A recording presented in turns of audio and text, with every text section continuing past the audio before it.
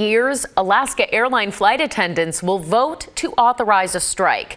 This comes after hundreds picketed outside airports nationwide, including PDX this morning. Thomas Schultz joins us live from the airport. So, Thomas, what are flight attendants looking for?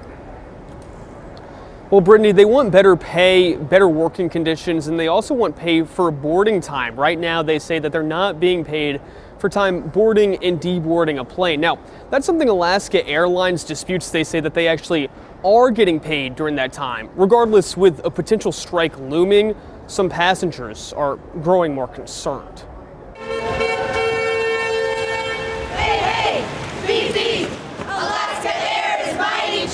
I will probably have a backup flight on another airlines if I need to. As hundreds of flight attendants picketed at PDX, travelers begin to worry.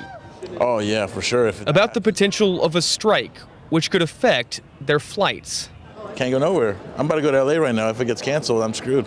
I will probably plan accordingly because, it's hard to know how long something like this will last. Yeah, I go to D.C. about every Janine Solomon commonly flies to Washington, D.C. to visit her son. And I usually take the Alaska direct flight because it's so convenient and home. So I'm hoping it doesn't affect our plans. Though now, flight attendants say their demands are not being met. The union paused contract negotiations in October after the airline's proposal fell short of their expectations. In response, Alaska Air says they've presented an industry-leading offer, including a 15% increase in the wage scale. Still, frankly, we're angry about that. Steve Mallard, the local president for the Flight Attendants Union, says a strike vote will happen in January. A strike could take place in February, and it's uncertain what the strike could look like. We could strike, we could do a general strike, we could strike an airport of all of its flights that day, we could handpick certain flights to strike. Leaving passengers stressed. I hope it doesn't happen.